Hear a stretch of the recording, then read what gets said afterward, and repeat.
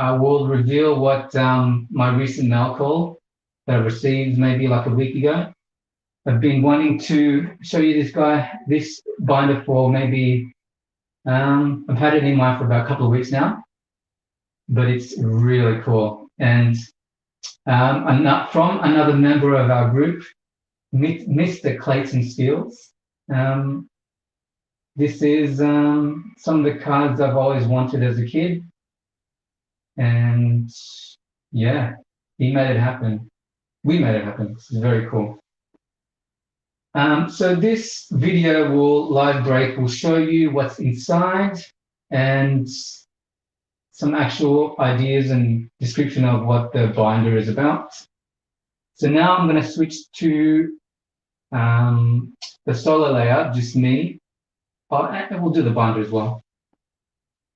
There you go. In the background is my workspace area. You can see where I've repositioned my other binders. The very top one is where I can keep all my Marvel masterpieces for all the years. And when 2020 comes out, I hear there could be an official binder. So that's pretty cool. All right, so let's get into it. For those 6 people watching, now I'm switching to the solo layout for the binder. Here we go. Now, I'm going to walk over. Put my notes in a place that I can see. All right, so magic fingers, there's my hands. Oh, good evening, Anton Scott. Good evening, Jason. And Kane, how are you, buddy? Okay, so this is the front of the binder. How I feel with this binder? I'm not excited about it. I've always wanted the binder from 1995, the official Flea Ultra X-Men binder from 1995, right? That's like an orange gold kind of design. Amazing, beautiful, well designed, beautiful art I think by David DeVries. But this one, which I've just seen within the last year, obviously it's Jim Lee art. It is an official Marvel Comics binder. I don't think it's part of a particular set that I know of, so I think it's just part of a stationery line that they did bring out during the mid-90s. On the back, there's a description of who produced it. I think it's like Pro Cards or something, or Pro Guards. But it has been manufactured in the mid-90s. And it looks literally something of that time. I'm just going to turn this light on, the halo light. Okay. I love Jim Lee. I'm not very excited about this. It's got this really like almost lime yellow, like a lemon yellow. But the gentleman who did pass this on to me, Mr. Clayton Skills, has, as always, left these in very good condition. So happy about that. But overall design, cool. And here we go. First of all, you notice that I've got just a blue felt liner. This I use to protect the front inside cover of the steel rings. And you'll notice there's already indentation on the left-hand side. So that kind of thing I don't like. So to keep restoration and longevity, I keep a felt sheet just on the top. It's a nice blue one, royal blue, that goes along with the yellow. There you go. Okay, so the first page we have the artwork for 1996 Flea Ultra X-Men Wolverine. This blew my mind when I realized it existed. If you don't know, Wolverine is my favorite character. And to know that they produced a whole set for him in the same lineage of Flea Ultra X-Men, hot off the heels of 1995, 1994, just blew my mind. Okay, so I've never seen these cards as a kid, but now as an adult, my God, they're amazing. And as an artist, I absolutely love the artist that worked on this set. And as you know, as you've already seen, I use my binders as art reference for all my compositions, my thumbnails for color palettes, exploring ideas, positioning. So using these at the ready all the time helps so much. And the first page is by Glenn Orbick. I've seen this guy's artwork before, but I've never actually realized who it is. So Glenn Orbick. Just the craftsmanship, it's beautiful. I love gold foil, makes any card set look pretty cool. The lower third design is amazing, very nice, very simple, and it works.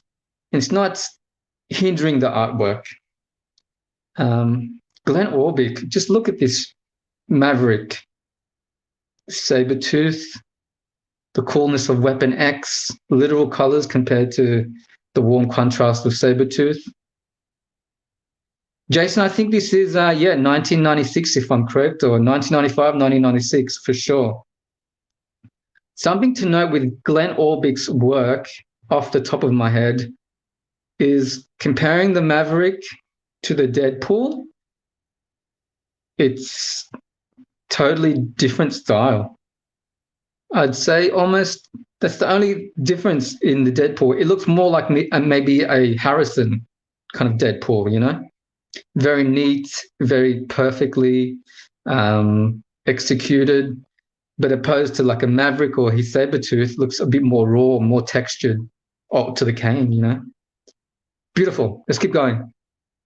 And something to note about this whole series, this set, which I don't really like, is the per sheet on the back is like comic artwork.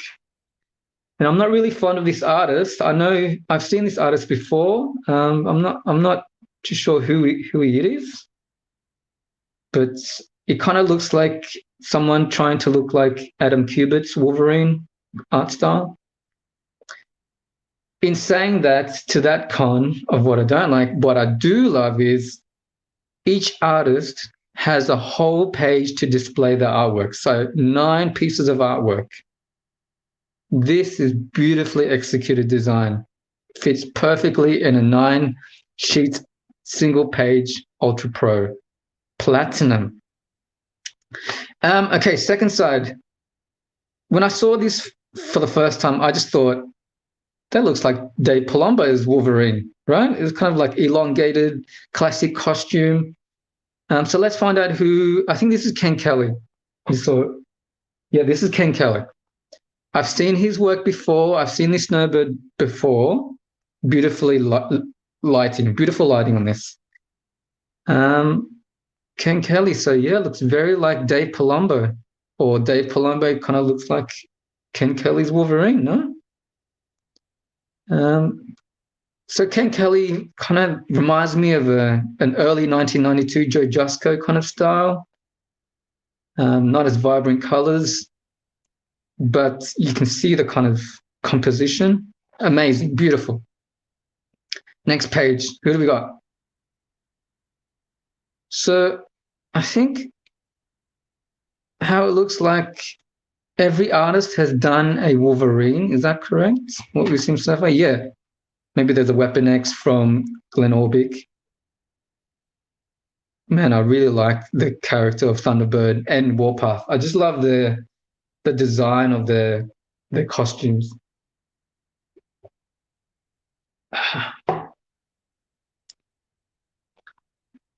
Okay, so and then this this page blew my mind. So you have the top tier of that time, Boris Vallejo, and the acclaimed Julie Bell. Before we go onto this page, so that artist who did this was Tom Kiffin, Tom Kiffin. Beautiful. I really like art trading sets, non-sport trading card sets for Marvel or DC or whatever. I do prefer a painted style. This is along the Marvel Masterpieces kind of series and the Fleer Ultra series from Spider-Man or be X-Men.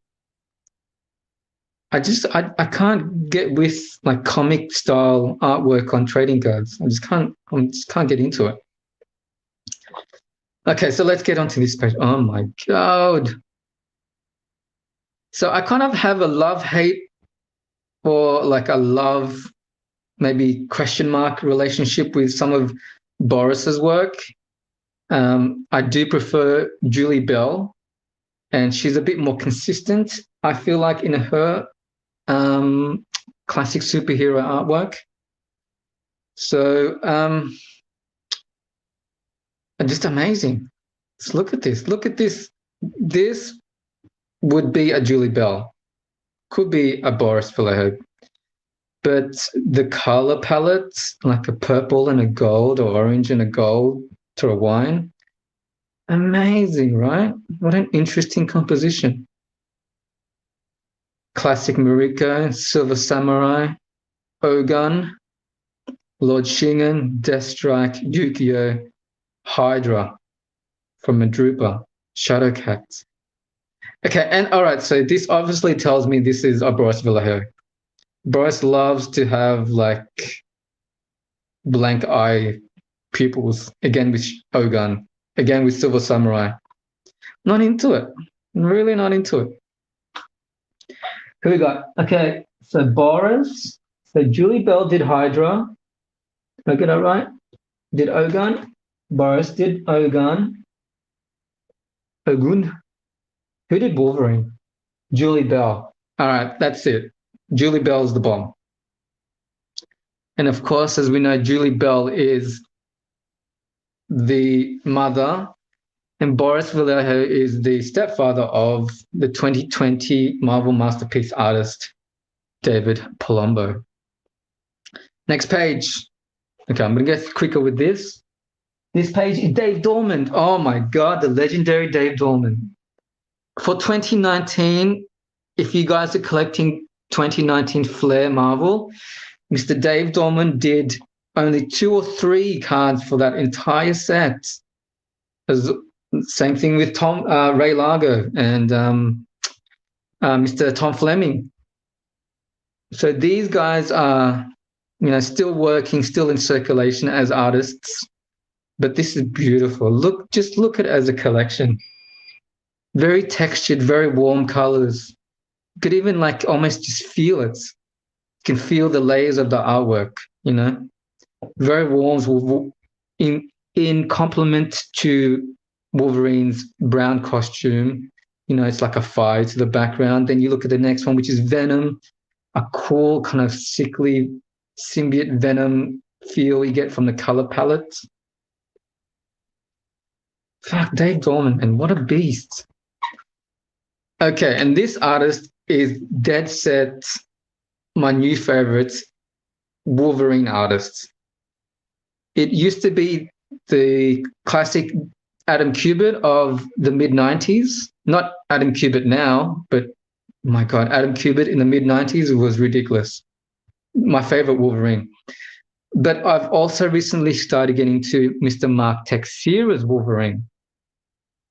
His composition and anatomy is very exaggerated, almost to like a Mr. Universe kind of sculpture with his torsos, his male torsos. And he, for his female figures, the very 90s like supermodel look, But now I love his artwork. If you guys get the chance to see You probably know who he is from his inks, but Mark Texeira, hands down, is a beast. Still working to this day.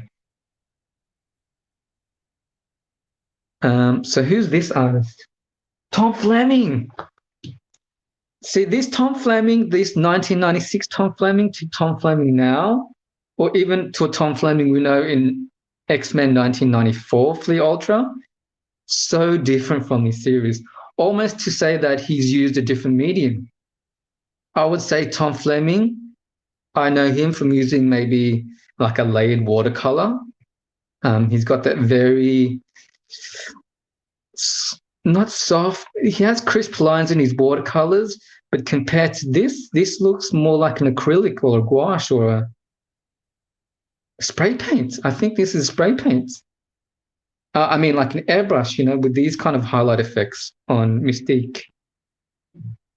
Very interesting to know. This is the Mojo verse with the X babies, etc. That Mystique is really nice. Tom Fleming, wow, interesting, huh? All right, who's this dude? He looks very familiar. Damn, look at this Wolverine. Look, I've seen this Wolverine in Typhoid Mary. I've seen this Omega Red, this Albert. This Albert, what a sick, pose for Wolverine. He's doing like the X, but at a top diagonal. Amazing. Cliff Nielsen. Okay, Cliff Nielsen, not Nelson, but Nielsen. Was a beast. Look at Donald Pierce. These cards, I don't know if you can tell on camera, for Nielsen's works, it's a little bit more subdued in color, but some artists' colors have popped when I guess they photographed these. I don't think they scanned them in. Maybe they did scan them in. But okay, compared to this, who are we talking about? This is Jusko, right?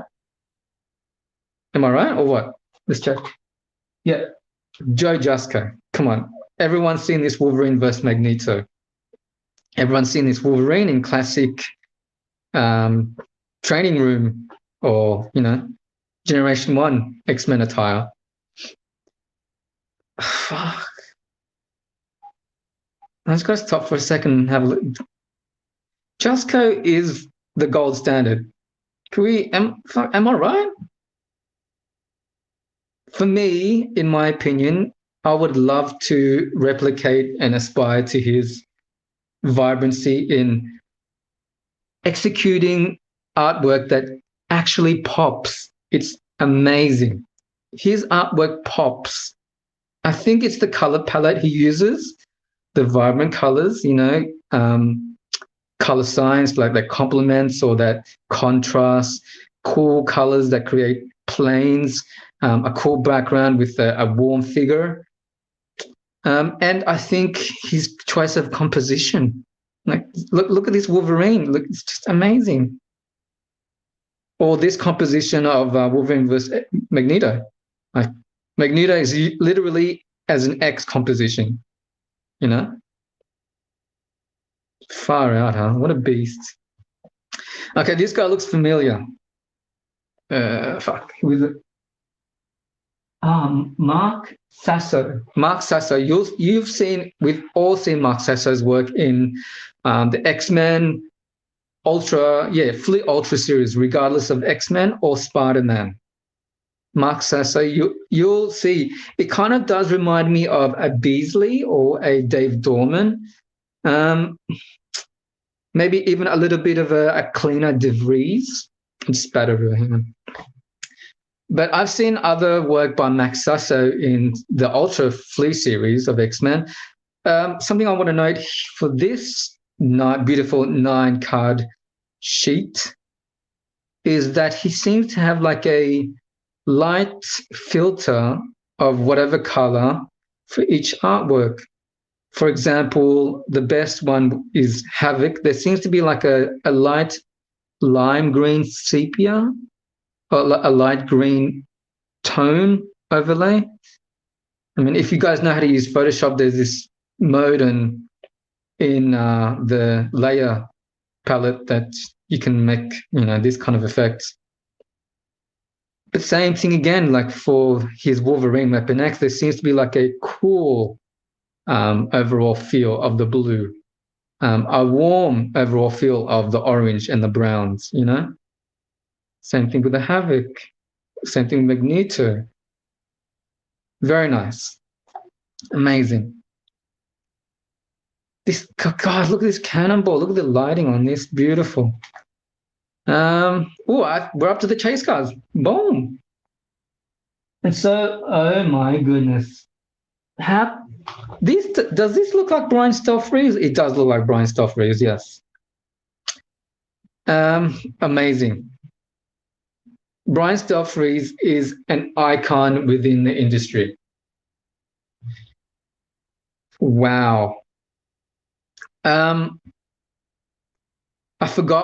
be honest, I forgot what Stelfreeze's artwork looks like, but now that I've been refreshed, I'm always amazed. His lighting, his use of ambient light and indirect lighting. For example, Cannonball, you know, warm colors from his blast, you can see from the right-hand side, and then a contrasting blue from the back. So, which creates nice, beautiful contrast. And to blend that is a nice green background. So that's beautiful color theory executed. Oh man, I love it. God, so good. Check out the Wolverine vs. Genesis when Wolverine went like next level feral. I remember Adam Kubert designed that Wolverine, which of course he did. And he kind of regrets that kind of design of Wolverine. It is what it is. Pretty cool. Stelfreeze did, what a beast. Okay, looks like we're coming to the end of it. These are the chase cards. Checklist. This card here is a promo. This looks like Mr. Mark Texeira. And this one, just like 1995 Marvel Masterpieces, have a 3-card lenticular set. I think for 95 Marvel Masterpieces just has a 2-card lenticular set. This Mirage looks like Joe Madureira. This is like the guy that kind of worked to fill Adam Kubert at a later stage. And this one, I can't even make out what the hell it is. I had to look online. And I think it's like a 3D kind of thing. Not very clear or, you know, visually seeable. But I do like the back design of the backs. So that Joe Madureira is called a Mirage.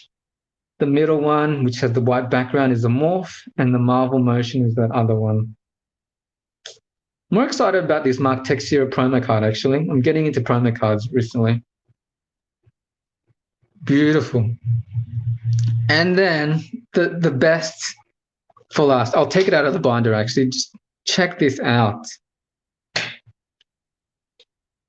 And of course, it's by none other than the brothers Hildebrandt, Greg and Tim Hildebrandt.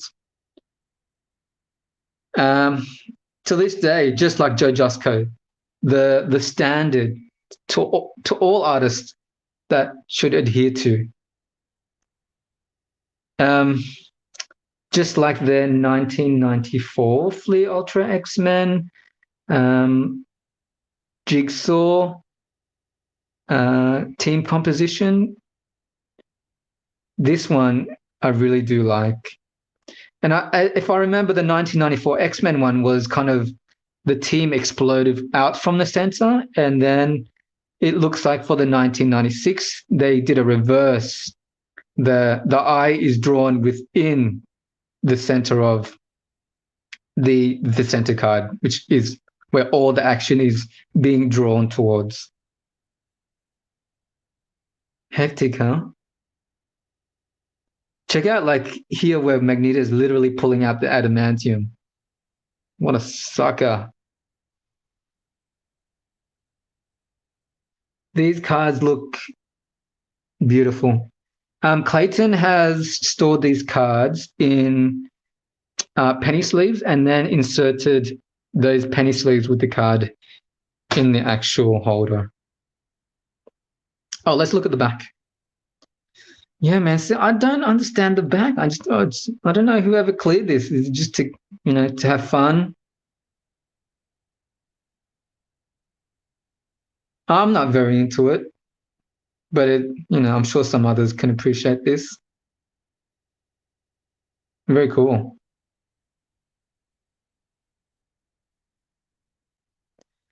Kind of reminds me of like maybe this is where, Scotty Young got his influence from.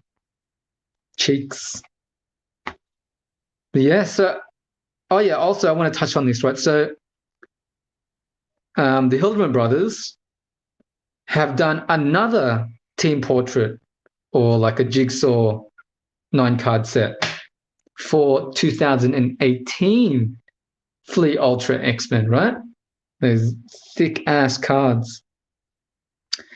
And oh my goodness, I would love to get my hands on that as well. It's beautiful. I think that's the only 2018 cards that I would want at this stage, apart from some rainbows, Maddie, I totally agree with you that this puzzle, it's amazing. This is something I would frame, and after that, I've just got placeholders for, Ultra Pro sleeves. And this is just the baking paper inserts that I made myself, so it doesn't scratch and become milky. All right, look at this, Boris Vallejo. I think this hands down, I would hang this on my wall in my home, All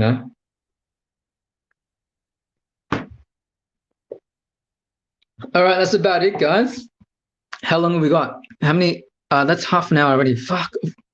I like to talk, huh? I'm a bit of a blabber. All right, I just want to take 5 more minutes to address some other things coming up with trading cards, like 2019 Flair and 2020 Marvel Masterpieces, and some news that I just heard in the grapevine that I want to let you guys know about. All right, so I'm going to switch to the solo layout on my laptop. Okay. All right. Love that. Okay, I'm going to switch to this layout and then finally to solo layout. 100, yeah. Let me get my notebook. Okay, so it seems to be like our group has gone crazy with 2019 Flair. It's a beautiful set, right? I love it. My first thoughts of it was like, not into it. Just because that was my modem beeping there. It's because 1994 and 1995 Marvel Annual, Flair Marvel Annual, I didn't like. I don't like it. Maybe I'll appreciate it in another 10 years, but right now, it's like to me, it's a bit of a cop-out kind of trading card set because they just used rehashed comic art and got some unknown colorists in like beta Photoshop to color it.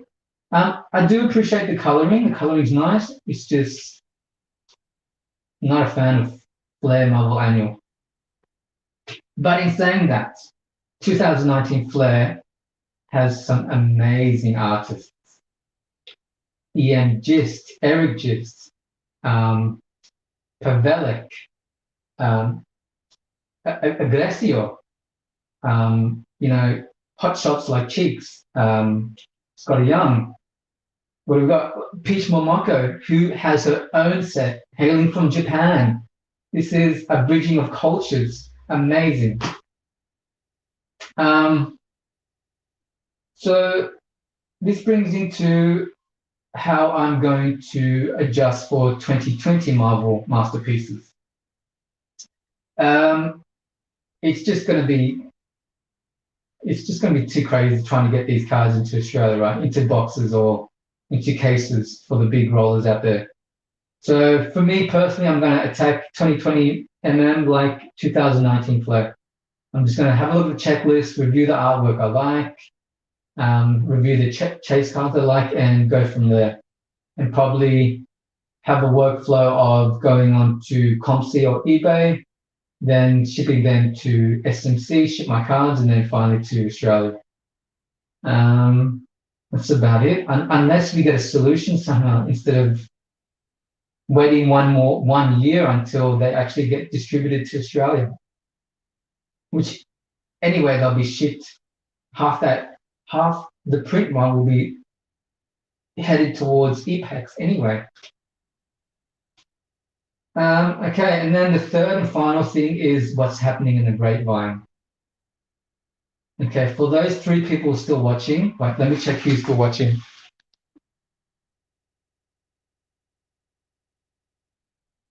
What year are these cards? Ryan Neville says. Sorry, Ryan. Let me address your comments first. That was from Ryan, 1996. And Matthew CW says, yeah, 2020 is crazy. Just going to chase the carrots with like and pray I can afford them. Same here, brother. Pretty much exactly what I'm doing for 2019 Flair. So yeah, I've gone on to, just a little quick note on that. I've gone on to ComC, gotten the cards that I wanted for under $50 that are not base cards, not only base cards, but the gold bordered version of these base cards. And they were like only 50 cents each. So boom, happy days. I've got 4 more cards to go. They're Flareons, and they are very rare ones, like the achievement ones, like, above 150 Flareons. So that's going to be the struggle. I've only got 4 more to go. Oh my God. Anyway, for those 2 more people here, what I heard in the grapevine is, I think I just saw someone post on the American site, the American group. There is a new X-Men set being about to be distributed, called Marvel X-Men Metal. So I don't know if this is going to look like from Metal Blasters X-Men, but I have seen the designs for the artist proofs of sketch cards on the back. Some of the sketch card artists that I follow and that I like to converse with, they've been telling me there's X-Men Metal on the horizon, besides Marvel Anime and Marvel Ages. Right? So sketch card artists right now are still creating sketch cards for that. And this is for sketch cards going towards the EPAC distribution of these cards for Marvel Anime and Ages. And then a source last night tells me there's a new series set in the development called Marvel Black Diamond. Has anybody heard of this? Apparently, my source says he has too much work on his sketch cards to do, so he's decided not to do Black Diamond, instead hit towards X-Men Metal. This is just a glass full of tequila.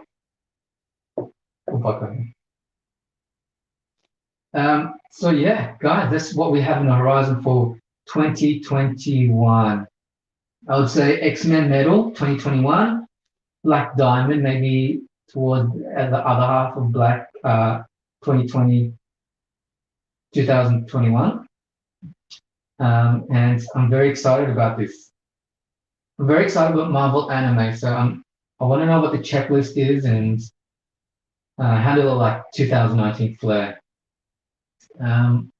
So a lot of my cards are still in ComC, and I'll ship them out to ship my cards and then hopefully use FedEx to get them out of here. That's pretty much all from me, guys. That's all I got to say. Matthew says, no, never heard of these sets. Maddie, they're coming, buddy. They're coming for you. X-Men Metal. Is it going to be like Blasters from the 90s? Black Diamond. What is Black Diamond about? Far out. Also, with Marvel Anime, there's a specific parallel set just for the Japanese audience. The cards will just be in Japanese. I don't know if this is called the Harufuri or something, or the something like this, but yeah, it's the Harufuri or something like this. It'll have more like a black premium design. Maybe it is the Japanese translated parallel set, but very excited for Marvel Anime because I am liking Peach Momoko's work and her background, her lore. She's she's very much into horror.